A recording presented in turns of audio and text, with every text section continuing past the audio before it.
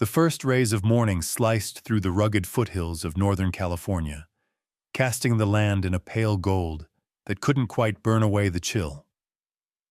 Michael Carter's boots crunched over frost-bitten sage and lichen-coated stone, every step steady, practiced, quiet. Out here, quiet wasn't just a habit. It was survival. For a seasoned wildlife ranger like Michael, the land was both home and puzzle. Every sound a clue. Every shadow a question. He moved with a purpose, eyes scanning the slopes above the river wash, mind half on the inventory he'd left unfinished back at the outpost and half on the silence that shouldn't have been so deep. Somewhere behind him, his assistant Ben Parker tried to match his pace, the younger man's breath clouding in short, nervous bursts. Ben was only a year into the job, still learning that you never really learned it all. The silence broke with a sound Michael would never forget, a ragged, desperate yowl that cut through the air like a wire. He froze, one hand instinctively raised, motioning Ben to do the same. "Did you hear that?" Ben's whisper was barely a breath. Michael nodded. There it was again, a weak, scraping cry, muffled but urgent, coming from the old irrigation ditch that ran through a shallow draw ahead. Contractors had abandoned those metal pipes months ago, promising to haul them away before winter. Promises in the wild often scattered with the wind. "Stay back," Michael murmured, crouching low as he advanced. He kept his movements slow. Every sense lit up, heart pounding for reasons he wouldn't name. Wild animals didn't cry for help, not unless all other choices were gone. He peered into the shadowy mouth of a battered metal pipe, 10 feet long, rusted and cold. The cry came again, thin and terrified. Michael slid his flashlight from his belt, angling the beam into the darkness. The light caught on fur, ears too big for the small face, eyes wide and wild with panic. A bobcat kitten, no more than a few months old, wedged deep inside, its back legs twisted at an impossible angle, sides heaving with exhaustion. Michael's mind snapped into crisis mode. Every instinct screamed at him, "Move fast, but don't rush." "It's a kitten," he whispered, half to Ben, half to himself. "Looks like it's hurt, stuck deep in the pipe." Ben stepped closer, eyes huge. Can you get it out?" "I don't know yet." Michael's tone was calm, but inside, everything was racing. He assessed the scene. No sign of adult cats. But that meant nothing. Where there was a kitten, there was a mother. And nothing in the wild was more dangerous than a mother defending her young. He crouched, trying to make his voice gentle, coaxing. "Easy, little one, easy." The kitten whimpered, scraping its front paws against the cold metal, nails clicking weakly, too exhausted to fight or flee. It was out of time. Every breath seemed shallower than the last. Michael's mind flashed through possibilities. Pull it out and risk breaking its back, or wait and risk losing it altogether. The air felt thick, charged with tension. Behind him, Ben shifted his weight, boots sliding on gravel. Every noise felt like a shout. "We can't leave it," Ben whispered, voice trembling. Michael nodded, but said nothing. He knew Ben was right, but he also knew what they were risking. A wild animal, even a tiny one, was never just alone. The land itself seemed to lean in, waiting. Suddenly, a low, guttural growl rolled down from the rocks above, a warning so primal it rattled Michael's bones. He spun, hand out, pressing Ben back. There, half hidden by the sage, a shadow moved. Big, silent, eyes glowing in the early light. An adult bobcat, ears flattened, tail lashing. The mother had arrived. Michael didn't move, didn't even breathe for a second. He knew the signs. The mother was close enough to charge, every muscle coiled, torn between attack and the desperate need to protect her kitten. Another shadow, bigger than the kitten, smaller than the mother, slipped along the ridge, an older sibling, mirroring her tense movements. Ben started to panic. "Mike, they're gonna—" "Don't move!" Michael snapped, barely above a whisper. He kept his body low, hands open, every gesture saying, "We mean no harm." But the mother didn't care about gestures. She cared about the desperate, dying sound coming from the pipe. The stakes were written in every heartbeat. One wrong move and the kitten could die, crushed, suffocated, or left to freeze as the sun rose.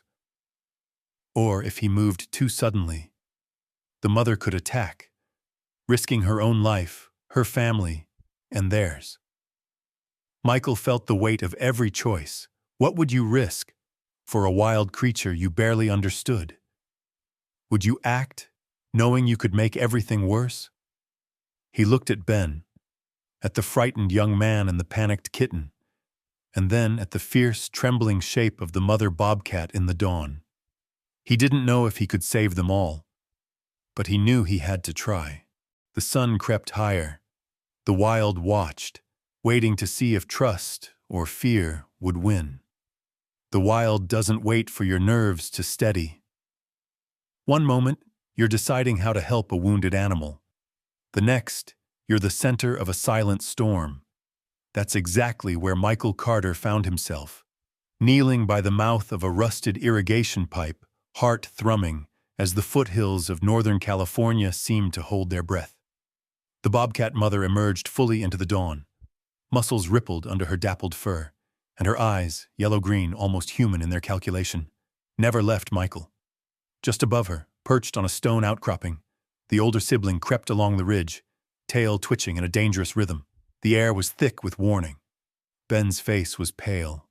He clutched his radio like a lifeline, frozen between stepping closer and running for his life. "Mike, what do we do? If they attack—" Michael shook his head sharply. "Don't move, don't look them in the eyes, but don't turn your back." Every word was measured, spoken low and steady. "Show your hands. Breathe." The message was simple. Be alive, but be smaller. Even with years in the field, Michael's pulse raced with the rawness of it, knowing they were outmatched, outnumbered, and in this moment, unwelcome guests in someone else's desperate drama. The trapped kitten whimpered again, a thin cry that seemed to splinter the standoff. The mother's head snapped toward the sound, then back to Michael, her entire body a warning. "Touch my baby, and you'll bleed." Michael crouched, body angled sideways, trying to appear as non-threatening as possible. He scanned for any tool, stick, rope, anything he might use to help the kitten or defend himself. But the odds were brutal. Make one wrong move, and he'd have 3 wild cats to answer to. Yet do nothing, and the kitten might slip away in front of them all. Ben's eyes darted between the circling bobcats and the shadows in the rocks. "We should call for backup," he whispered. "No time." Michael's tone was final. "Every minute we wait, the kitten gets weaker." A guttural sound tore the air. The mother bobcat, low and fierce, not quite a snarl, but something deeper. She hovered just out of reach, torn between her primal need to attack and some spark of trust, perhaps sensing Michael's hesitation, his care. The older sibling's tail lashed in agitation, small rocks tumbling down the ridge. Michael risked a glance at Ben. "I need you to watch the cats. If they move closer, tell me. Soft, not loud." He kept his hands open and his posture low, voice calm as he spoke to the trapped kitten. "Easy, little one. Hang on." But the real tension was between Michael and the wild. It was a silent negotiation, one built on body language, intent, and the smallest hint of mercy. The mother circled, eyes darting from Michael to her kitten and back, every step a test. Would he cross the line? Would he dare? Ben swallowed hard, edging sideways for a better view. His nerves were so obvious, so electric, that Michael feared it might set the cats off. "Mike, I can't. They're getting closer." Michael kept his eyes down. "Hold steady, Ben. No sudden moves." A cloud passed over the rising sun, shadows lengthening. The mother bobcat tensed, haunches lowering, ready to spring. Michael's breath caught. If she charged, he'd have no time to protect himself or Ben. He forced himself to remember everything he'd learned. Don't challenge, don't retreat, just hold. He spoke softly, more for himself than the animals. "You're scared, I know, me too, but I'm not here to hurt your baby." For a heartbeat, the wild seemed to listen. Then, the mother bobcat let out a new, rolling growl, deeper than before. She edged a step closer, every muscle quivering. The older sibling mirrored her, head lowered, tail flicking in warning. Ben whispered, "Mike, this is bad. She's gonna—" Michael shot him a look. Silence. It was a standoff on a knife's edge. Every instinct told Michael to run, to put distance between himself and those wild, unblinking eyes. But the trapped kitten's cries kept him anchored to the spot, heart torn between caution and compassion. He measured his next move, slow and deliberate. "Ben, listen. When I say, back up slowly. No sudden moves, no loud sounds. I'm going to try to calm them." "How?" Ben's voice cracked. Michael didn't answer.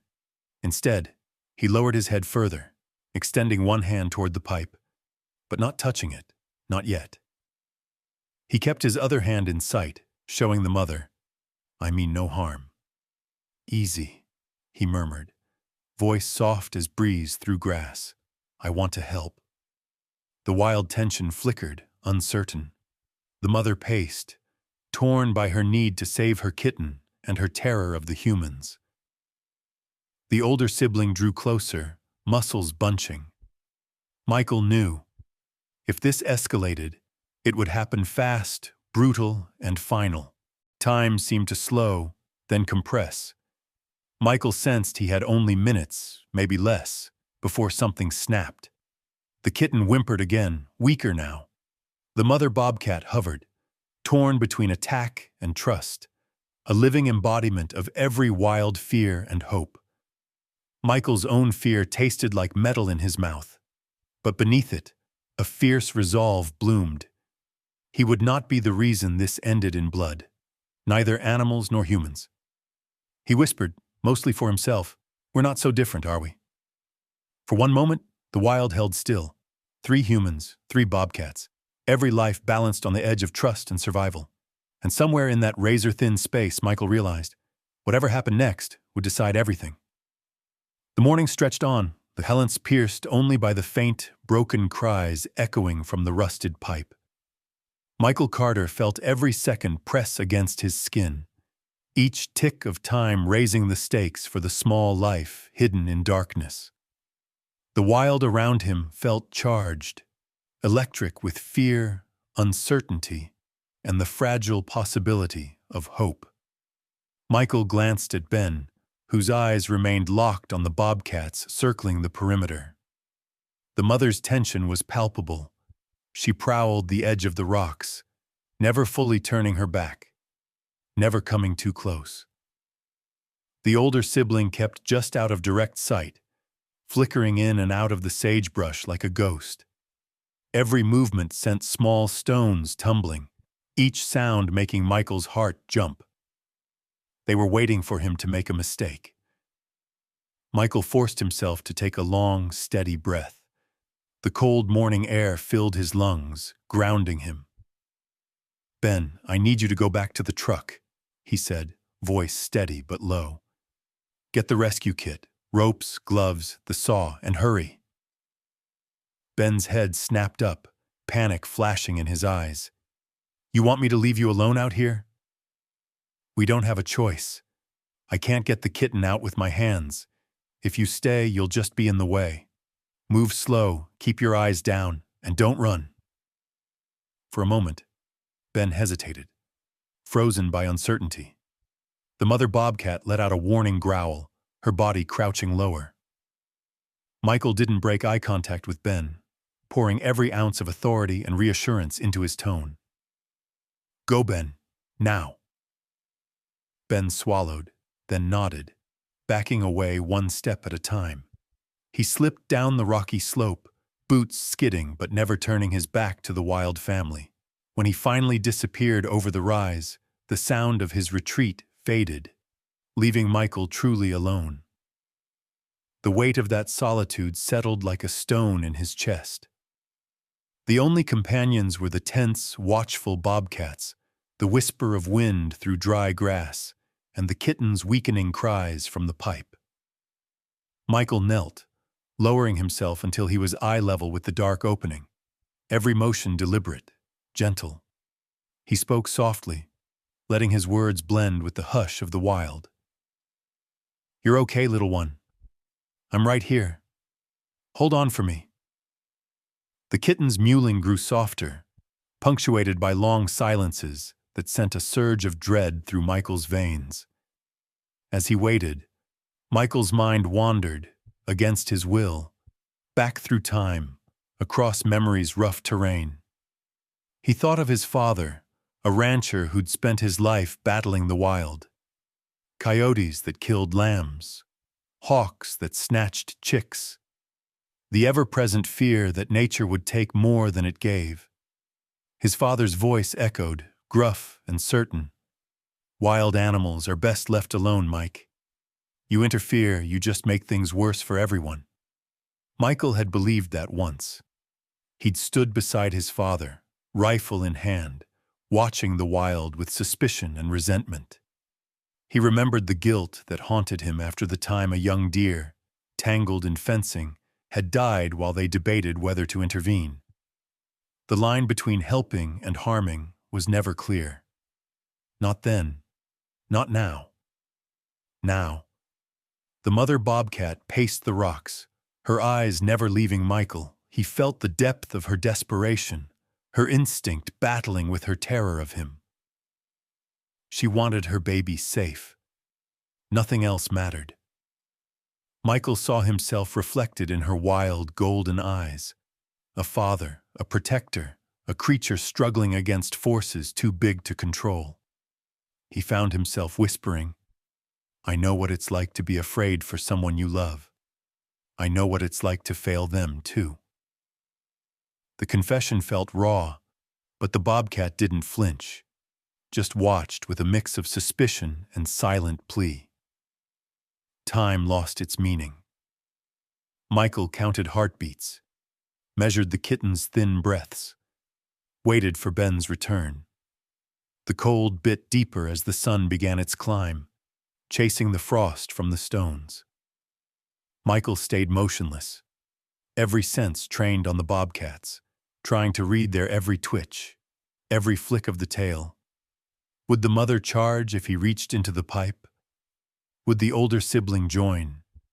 Or would they understand that sometimes help came from the unlikeliest places? In the quiet, Michael remembered another pain, sharper than any wound the wild could give. Years ago, his own child, his daughter Anna, had been lost in a car accident. No warning, no time to say goodbye. The grief had left him hollow, unable to protect the person who mattered most. That old ache tightened in his chest as he watched the bobcat mother, saw her worry mirrored in the restless shifting of her paws, the low chuffing sounds she made to reassure her trapped kitten. Michael pressed his palm against the cold metal of the pipe, speaking so softly that only the kitten and perhaps the wild itself could hear.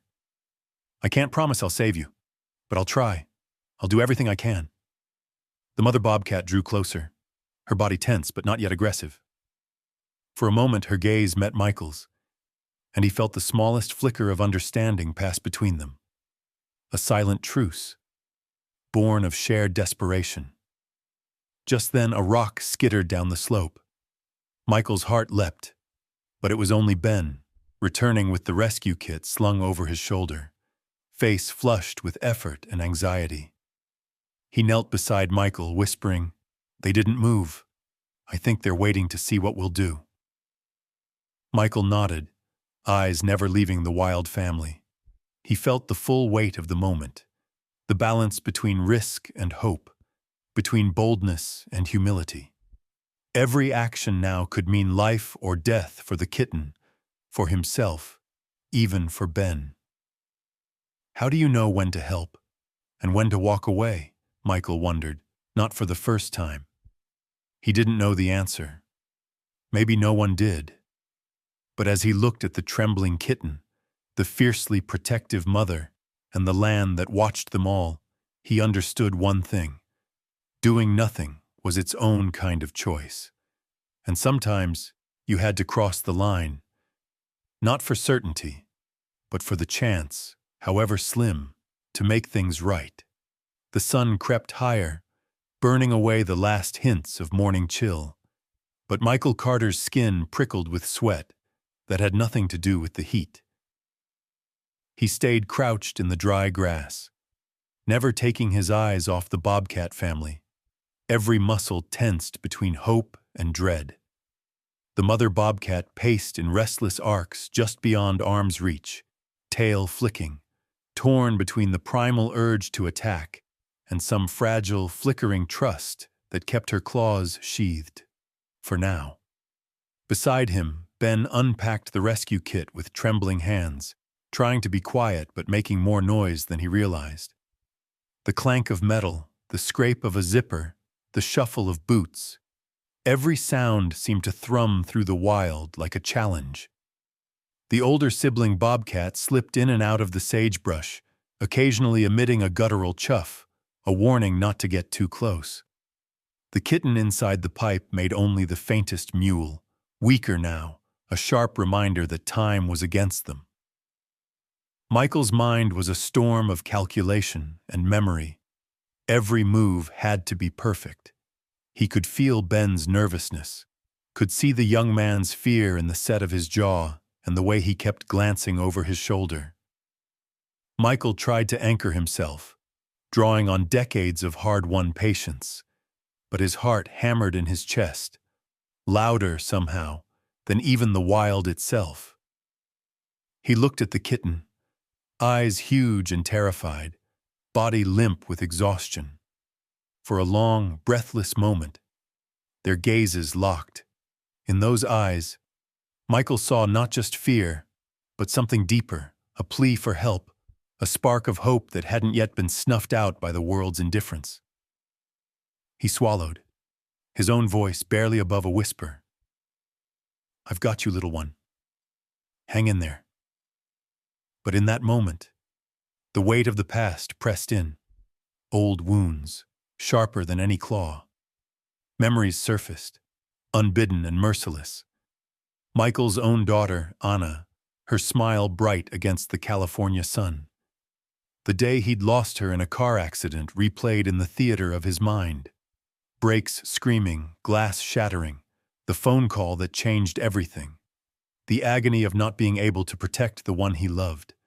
The regrets, so many regrets, over words unsaid, promises unkept. Guilt was a scar he carried everywhere, as much a part of him as his badge. He blinked, fighting off the rush of emotion. In the wild, there was no room for grief. Only action. Only now. Ben leaned closer, voice tight. "What do you want me to do, Mike?" "Lay out the rope and gloves. Get the saw ready, but don't start it yet." Michael kept his voice steady, eyes on the Bobcat mother, who had paused her pacing to crouch low, watching every movement with ferocious intensity. "And stay calm. She can smell fear." Ben nodded, swallowing hard as he set up the gear. The young man glanced at the mother Bobcat, then quickly looked away. "Do you think she knows we're trying to help?" Michael shrugged, unable to answer. He'd spent years reading animal body language, but trust was never certain. Not with wild creatures, and not with people either. A flash of movement. Too fast. Too close. The older sibling Bobcat slipped between the rocks, standing guard over the mother's shoulder. For a second, Michael felt the threat like a knife at his back. If he reached into the pipe, would they lunge? Or would they let him try? He reached out slowly, letting his hand hover just inside the dark mouth of the pipe. The kitten whimpered. The mother bobcat's muscles bunched, tail twitching, eyes narrowing to dangerous slits. Michael could feel her tension, raw and electric, a mother's love weaponized by terror. He spoke, not just to the animals, but to the wild itself. "I know you don't trust me, you shouldn't, but I have to try." As Ben laid the tools beside him, Michael flashed back to other moments of helplessness. Watching storms tear across the land, standing helpless as drought dried up the riverbeds, finding the bodies of animals he'd been too late to save. Regret and hope tangled inside him, as inseparable as the roots of the old oaks on the hillside. The sun climbed higher, casting sharp shadows. Sweat ran down Michael's back, his shirt clinging to him. He wiped his brow with a trembling hand. This was not just about one animal, one moment. It was about every line between fear and trust, instinct and compassion. Ben finally spoke again, softer now, almost a plea. "We can't let it die, Mike. Not if we can help it." Michael nodded, drawing strength from the certainty in Ben's voice. He slipped on the thick gloves, signaling Ben to hand him the rope. Every movement was slow, deliberate. He was hyper-aware of the bobcats, of the wild silence broken only by the kitten's faint breathing. The mother bobcat inched closer, eyes wide, torn by hope and terror. Michael wondered if she remembered the day she gave birth to her kittens, if she'd felt the same terror he'd felt when Anna was born, that terrible, beautiful vulnerability that love brings. As he looped the rope, preparing to slide it gently toward the trapped kitten, Michael glanced once more at the mother. For a fleeting instant, he imagined her as something more than an animal, another parent, another soul caught between the urge to protect and the fear of losing everything. He looked at Ben. "Stay with me, no matter what. If she charges, don't run. Stand your ground." Ben nodded, jaw set, hands clenched tight around the rescue gear. Michael took a breath, steadying himself, and began the slow, careful work of threading the rope into the pipe. The kitten's eyes met his, terrified, but not yet defeated.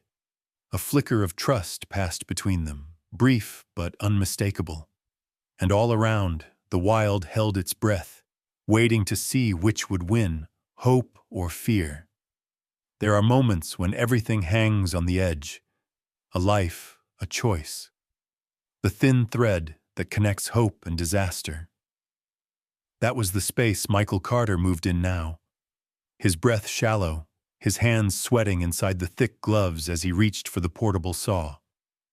The sunlight glared off the battered metal pipe, and every second that ticked by felt heavier than the last.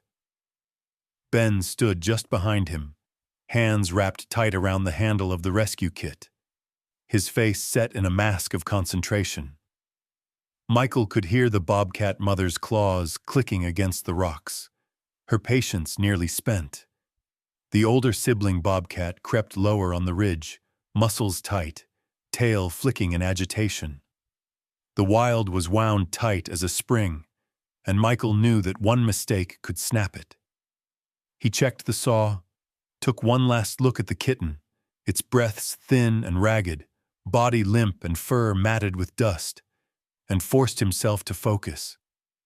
Every instinct told him to hurry, but he moved with agonizing care. Rushing now could shatter any fragile trust they'd built, could frighten the mother into attacking, or send the trapped kitten into a panic it wouldn't survive. Michael knelt, body shielding as much of the pipe as he could from the sun and the eyes of the wild family. He pressed the saw's blade to the cold, rusted metal. "Ben, I need you to watch them," he whispered. If they move, if anything changes, tell me. Quietly. Ben nodded, eyes darting between the Bobcat's and Michael's hands. Michael squeezed the saw's trigger. The tool snarled to life, the blade biting into metal with a shriek that split the stillness. Sparks flew, bright and dangerous. The sound alone sent the Bobcats reeling, Mother flattening her ears, crouching low and ready to strike, the older sibling letting out a rasping hiss. Michael's heart pounded, sweat pouring down his temples, hands trembling not from fear of the animals, but from the sheer responsibility that bore down on him. He fought to keep the saw steady, forcing himself not to look up at the wild eyes boring into his back. Metal shavings danced in the air, catching the sunlight as the saw chewed through the pipe. Michael tried to focus on the rhythm, on the path of the blade, on every inch he gained toward freeing the kitten. But every vibration, every flare of sparks was a fresh threat, an unpredictable danger in an already impossible situation. Suddenly, the saw bucked, jammed by a ridge of rust inside the pipe. Michael swore under his breath, feeling the world shrink to a pinprick. Just him, the stubborn metal, and the fragile breath of a dying kitten. He yanked the saw free, tried again, and the motor whined in protest. "Ben, how are they moving?" Michael forced himself to ask. "They're scared, Mike," Ben murmured, his voice a tight wire. "She's close, closer than before, her tail straight, ears back. The big one's looking at me now." "Stay calm," Michael said, willing calm into his own hands. The saw sparked again, the acrid scent of burning metal filling the air. The mother bobcat prowled within 10 feet, her head low, eyes locked on Michael. Each time he pressed the saw's trigger, she flinched, a low, guttural growl rumbling from deep in her chest. "Hang on, little one," Michael muttered, eyes stinging from the effort and the smoke. The saw's teeth finally bit deep, the pipe shuddered, the noise ricocheting through the rocks. Time was bleeding away. Michael could feel it in every labored breath from the kitten, in the restless, threatening movements of the wild family. Just as he thought the saw might die completely, the pipe gave a final metallic scream and split. Michael dropped the tool, the noise still ringing in his ears, and peered inside. The kitten was there. Still, too still, its flanks barely rising. Dirt and rust clung to its fur. For a second, Michael's own breath stopped. Had he been too late? He reached in, hands shaking, voice barely a whisper. "It's okay, little one. I'm here. You're safe now." His gloved fingers closed gently around the kitten's midsection. It was lighter than he expected, frighteningly so. He eased it free, pulling it into the light. The mother bobcat let out a shriek, barreling forward so quickly that Ben gasped, frozen in place. Michael's instincts screamed at him to back away, but he held still, lowering the limp kitten between himself and the ground, hands open to show he meant no harm, at a long, excruciating heartbeat. The world seemed to teeter. The mother's breath huffed across Michael's knuckles. He could feel her presence as raw, wild energy, a force of nature poised on the razor's edge of violence and relief. Ben whispered, "Is it alive, Mike?" Michael turned the kitten gently, pressing his ear close. There, a faint heartbeat, a fragile gasp. Relief flooded him, dizzying and fierce. He cradled the tiny body in his hands, letting the wild mother see her baby was whole, was alive. But the moment of hope was balanced on danger. The saw's roar, the sparks, the intrusion. It had pushed the wild family to their limit. The mother bobcat's eyes were black with fear, but her body trembled with something that looked almost like trust. Michael spoke, voice trembling. "Take your baby. I'm letting go." He placed the kitten carefully on the ground, just out of reach. He raised his empty, gloved hands, every muscle ready to leap away or stand his ground, whichever the wild demanded. The mother stepped forward, nose twitching, body quaking. For a moment, Michael thought she might lunge, at him, at Ben, at the memory of all the humans who'd left this danger here. But instead, she leaned down, sniffed her kitten, then turned a piercing, golden gaze on Michael. A truce, fragile, flickering, and born from desperation. The saw was silent. The wild watched, and in that uncertain quiet, Michael understood. Sometimes saving a life means risking your own, not just for the wild, but for the part of yourself that refuses to let hope die. The morning sun now poured over the foothills in thick sheets, casting sharp shadows and making every movement in the wild shimmer with warning. Michael Carter knelt low, heart hammering, sweat running down the sides of his face. In his gloved hands lay the limp, dust-covered body of the rescued kitten. Its breathing was faint, each rise and fall a battle. Just inches away, the Bobcat mother had gone utterly still, her whole world narrowed to her baby and the human hands that held it. Her lips pulled back, fangs flashing in the light. Michael could feel her trembling on the edge of attack, torn between ancient instinct and some flicker of trust he'd barely managed to keep alive. The older sibling Bobcat crouched on a ledge above, tail lashing, eyes narrowed to slits, the wild poised to crash down if Michael made one wrong move. Ben stood 10 feet back, paralyzed, one hand raised in a futile gesture of surrender, his mouth open but silent.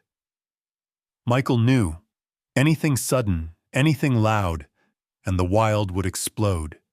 It wasn't fear for himself that gripped him, but the crushing weight of responsibility.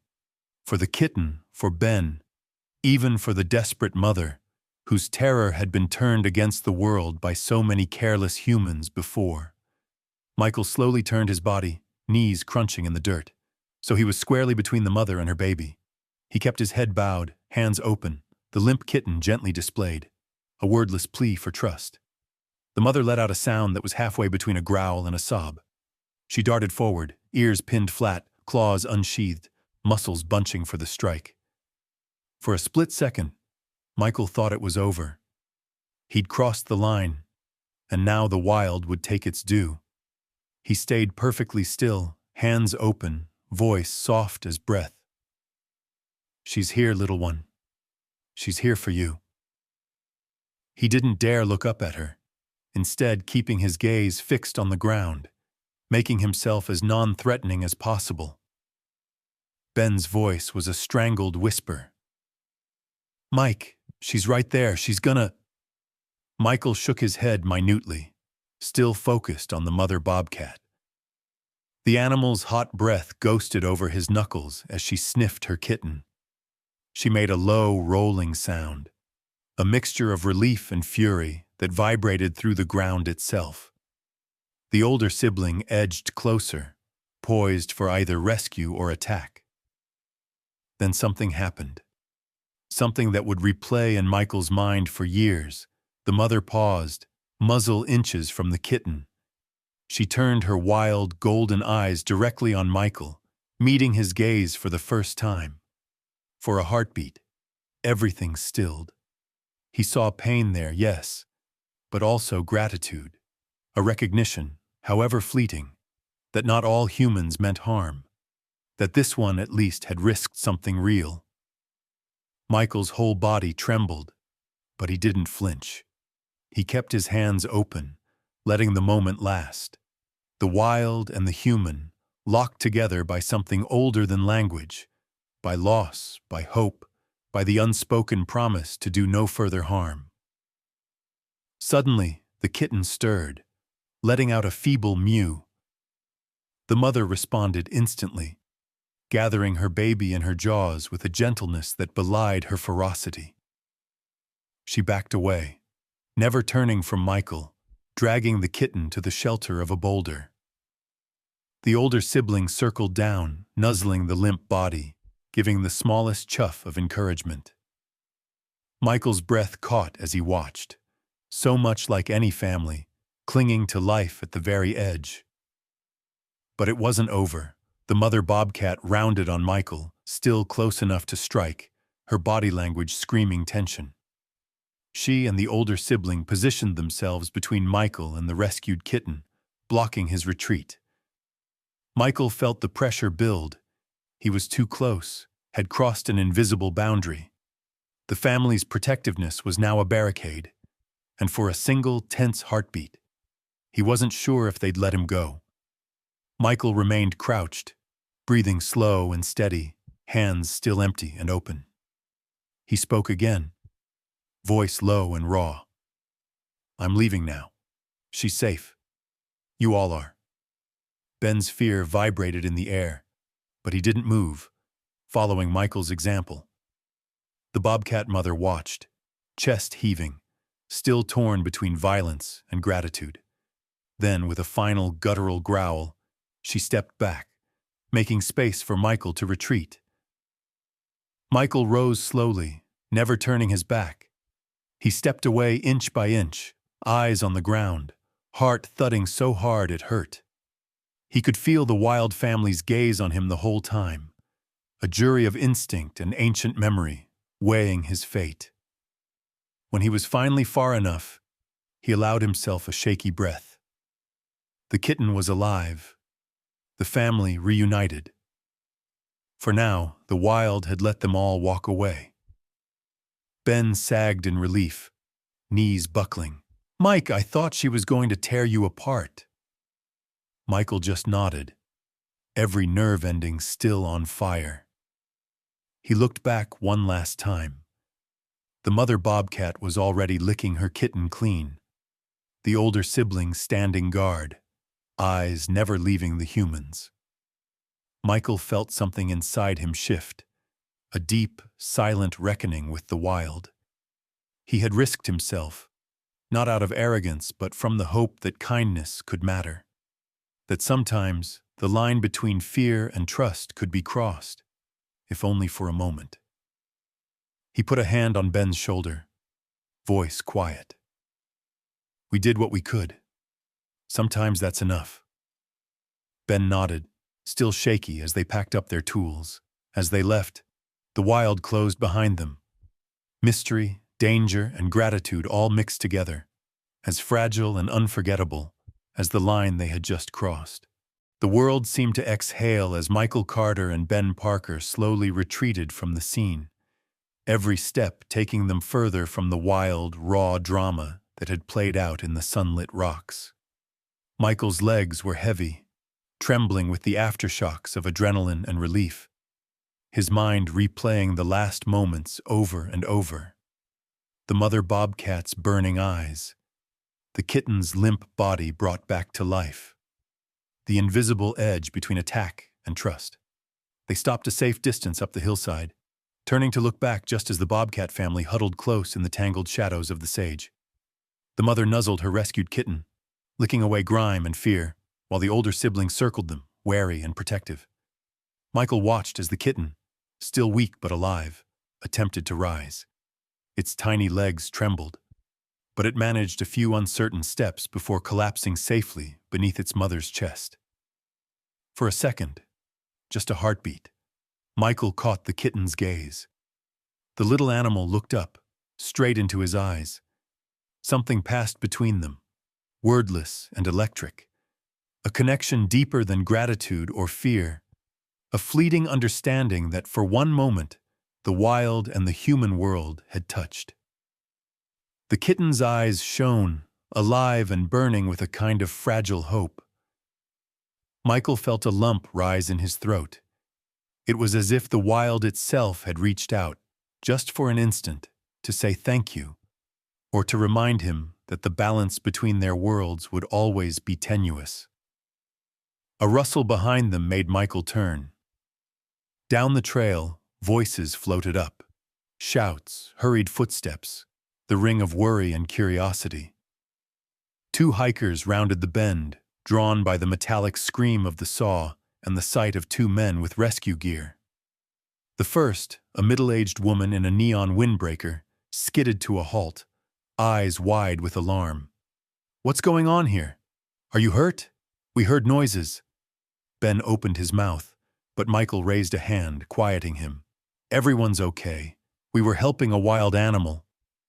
There was a bobcat kitten trapped in the old irrigation pipe. We just managed to get it out." The woman's expression shifted. Relief, then concern, then a flicker of fear as her gaze darted to the rocks. The Bobcat family was still half visible in the shadows, their forms low and tense. The second hiker, a tall man with a camera slung around his neck, stepped forward, already snapping photos. "Are you crazy?" the woman hissed. "That's dangerous. You could have been attacked. What if those cats come after us now?" Michael kept his voice calm. The mother was protecting her young. She's not a threat unless you threaten her first. They're just trying to survive. The man with the camera's eyes gleamed with interest. "This is incredible. Wildlife rescue, right in the park. Mind if I get your names for a story? People need to know about this." He snapped a few more shots of the retreating Bobcat family, careful to keep his distance. Within minutes, more hikers gathered, drawn by curiosity and rumor. Some clapped Michael and Ben on the back, calling them heroes for stepping in to help. Others muttered about recklessness, about interfering with nature. Arguments broke out, people debating loudly whether Michael had done the right thing, whether anyone should ever meddle in the affairs of the wild.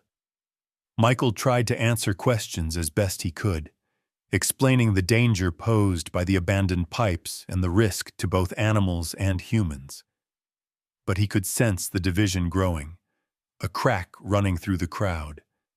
Some saw him as a savior, others as a meddler who brought wild danger too close for comfort.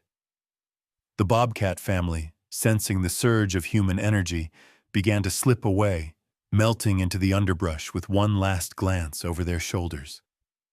The mother paused at the edge of the sage, her gaze lingering on Michael. For a moment, the two locked eyes, a silent, powerful acknowledgement that would never be spoken aloud. Then, as quietly as they had come, the Bobcats disappeared into the wild. The crowd's mood shifted. Some cheered, others grew silent. A few snapped photos, but most just watched, caught between awe and unease. Michael felt the weight of their stares, the questions hanging heavy in the air. Had he done the right thing? Who gets to decide what help really means in the wild? By late afternoon, word of the rescue had already spread through the small community. The local newspaper's website posted an article within hours. Ranger rescues Bobcat kitten from abandoned pipe, complete with blurry photos taken by the hikers. Social media buzzed with praise and skepticism. Some called Michael a hero, a guardian of the wild. Others worried he had upset a delicate balance or put hikers at risk. Ben lingered beside Michael, watching the online debate unfold on his phone. "Some folks think we should have left it alone," he said, voice tinged with uncertainty. Michael looked out at the fading line of sage and rock, feeling both pride and doubt. Maybe they're right. Maybe we changed something we shouldn't have. But sometimes doing nothing is its own kind of risk. As the evening light stretched across the foothills, Michael replayed the rescue in his mind. Every choice, every moment when things could have gone wrong. The memory of the kitten's look back haunted him, a reminder that the line between the wild and the human world was thinner than anyone liked to admit. He packed away the saw and the gloves, checked one last time for bobcat tracks in the dust, and made his way back toward the ranger outpost. The wild was silent again. The day's drama folded into the land's long memory. But Michael knew that for everyone who'd witnessed it, human or animal, the boundary between their worlds had shifted, even if just by a single fragile heartbeat. The days that followed the dramatic rescue moved at a different pace for Michael Carter. Out in the foothills, life returned to its quiet rhythms. Hawks circling in the pale blue sky, the wind whispering through sage and manzanita, shadows crawling slowly across the rocks. But underneath the calm, something had shifted. A story had begun to ripple outward, far beyond the single kitten's cry in the pipe. At the ranger outpost, Michael faced a deluge of questions, emails, and unannounced visitors. The rescue had made the local news, and not just as a feel-good wildlife story. The community was divided. On social media, the comments section swelled with arguments. Michael Carter's a hero competed with, "You can't meddle in nature." Some locals worried that human intervention would make wild animals more reliant or more dangerous. Others pointed out that the real threat had never been Michael, but the abandoned pipes left behind by careless contractors. Within a week, park authorities arrived for an official investigation. They walked the length of the old irrigation ditch with Michael and Ben, examining the pipe where the Bobcat kitten had been trapped. One of the senior rangers, a weathered woman named Diane Tran, spoke as she crouched beside the jagged metal edge, running a gloved finger along the rust. "This never should have been left here. It's a hazard for wildlife and for people, too." They followed the line of pipes into a low, tangled ravine, discovering a half-dozen more, some already half-buried, others with animal tracks around their mouths. Michael could picture how many small lives might have vanished in darkness, never even noticed. Diane straightened, eyes grave. "We'll get a crew out here. Every last one of these has to go. You may have saved more than just one kitten, Michael." Word spread. Volunteers from the local Nature Conservancy and a handful of students from the high school environmental club joined the Rangers that weekend. There was work for everyone, dragging metal pipes up rocky slopes, filling in old ditches, posting new warning signs about wildlife corridors. Michael watched the teamwork grow from a single act of rescue into a movement. The land, which had once felt so lonely, now thrummed with human voices and laughter, a rare and welcome intrusion.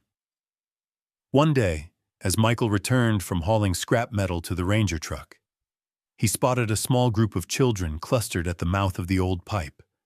A teacher was telling the story of the Bobcat rescue, voice soft and urgent. He could have walked away, but he didn't. He listened, and he took a risk. Sometimes the wild needs us, even if just for a moment.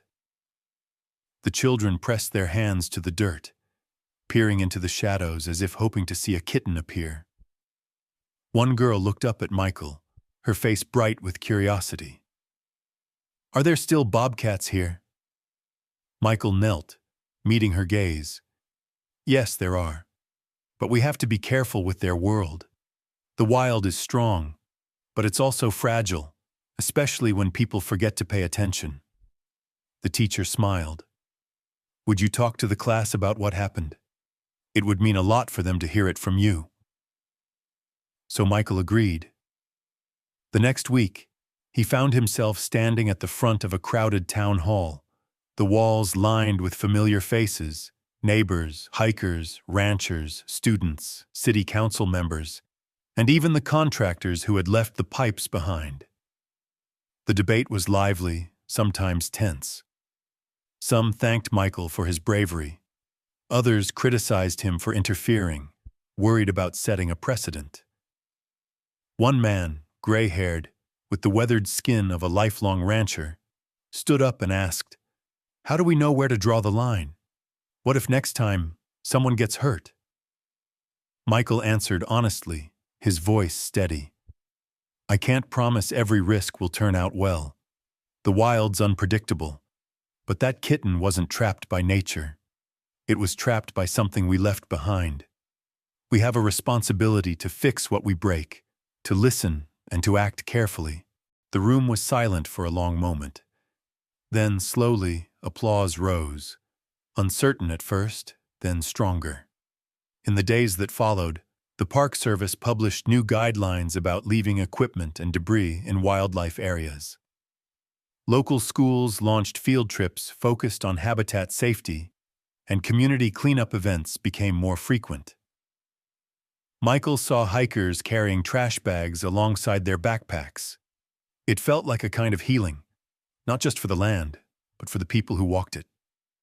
One night, about a month after the rescue, Michael sat on the porch of his small cabin, the forest stretching dark and endless before him. He had set up a motion sensor camera, hoping for a glimpse of the Bobcat family.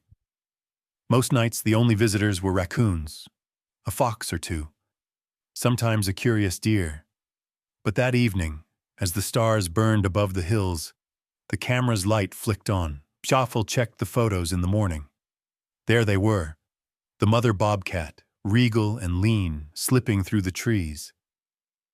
The older sibling moved at her side, cautious and graceful, and behind them, the once-trapped kitten, now bounding and playful, pausing just long enough to sniff the air near Michael's porch.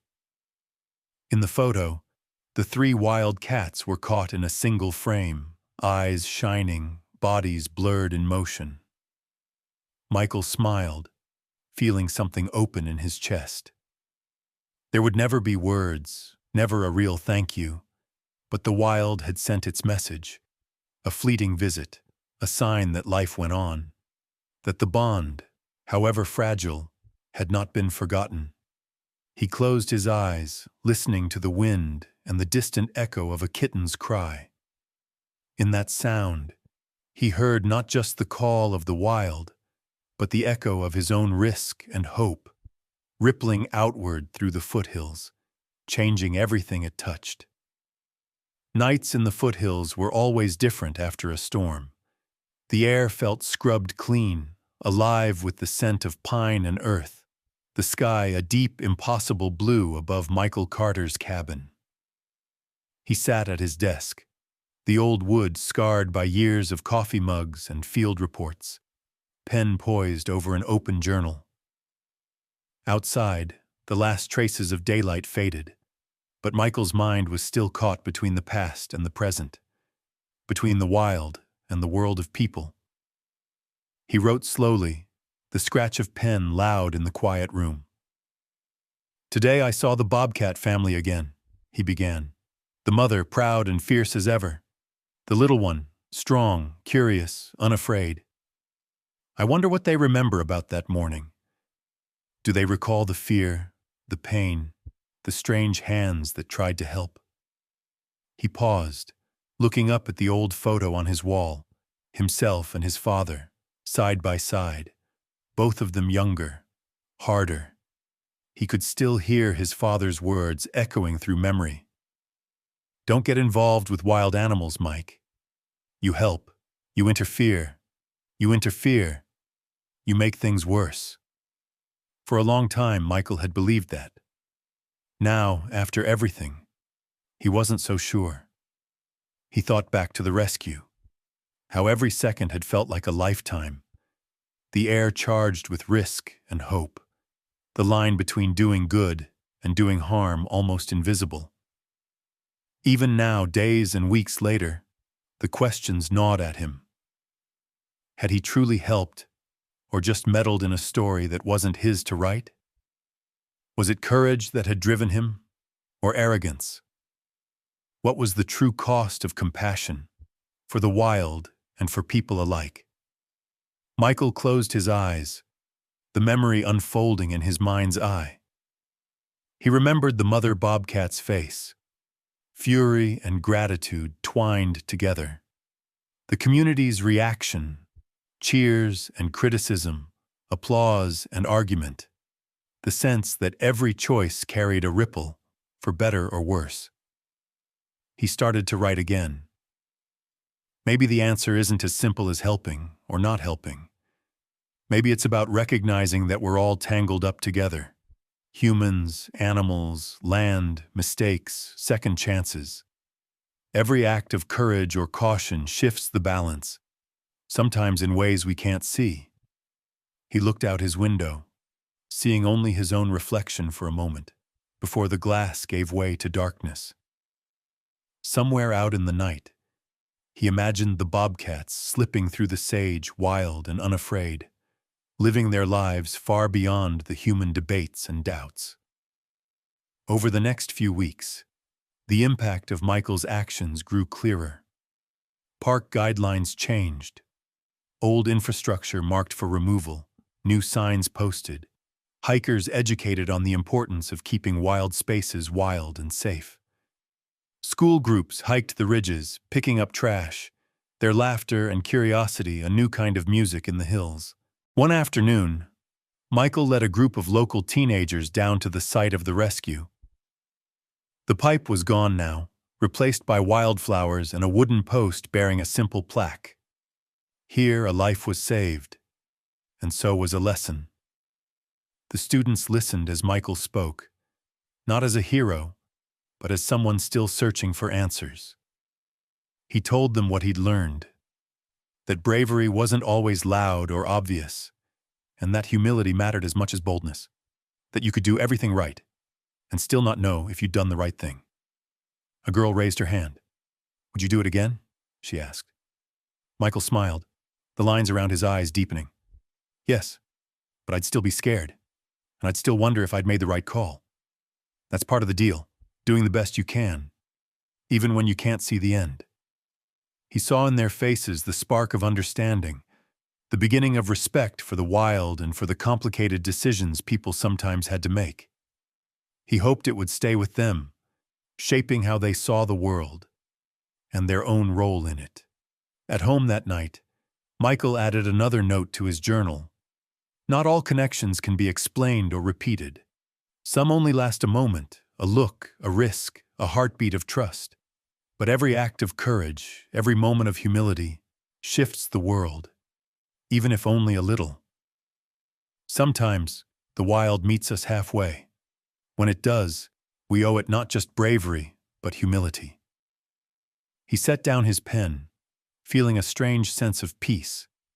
He thought of the Bobcat family, the way they had looked back before vanishing into the wild. That moment, brief, silent, and profound, reminded him that the world was full of bridges, built and rebuilt in the shadows between fear and trust. As the community embraced new habits, Michael watched with quiet pride. Hikers grew more careful. Ranchers left fewer hazards in the wild. Children asked better questions. And sometimes, walking home at dusk, Michael would find fresh tracks in the mud. Small paws, moving forward, alive and free. The line between courage and arrogance, between helping and interfering, would never be clear. But Michael understood now that what mattered most was not certainty, but the willingness to try, to reach out, to risk, to learn, and to step back with respect when the wild asked for distance. He closed his journal, listening to the hush outside, the song of a distant coyote, the wind brushing the hills, the memory of a kitten's cry echoing in the dark. He knew in his bones that every day brought new chances to do better, to build bridges instead of barriers, and to honor the mystery that kept the wild alive. Months slipped by, marked by the slow rhythm of seasons and the steady transformation of the land.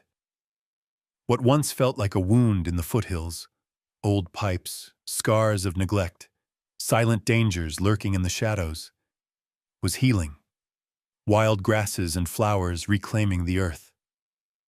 For Michael Carter, the memory of that morning never faded. It echoed in the hush before dawn, in the golden hush of dusk, and in the small acts of care he saw ripple through the community.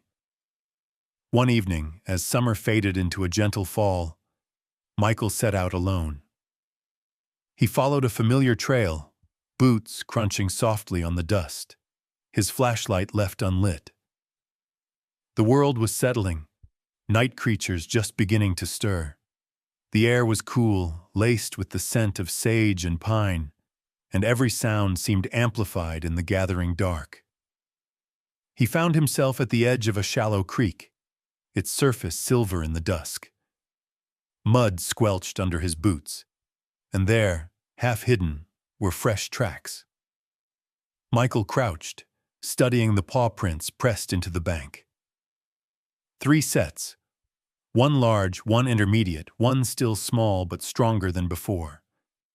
The Bobcat family. He smiled, a soft warmth blooming in his chest. They had survived, flourished. The wild was still writing its own story. For a while, Michael just sat by the water's edge, breathing in the night, letting his mind wander.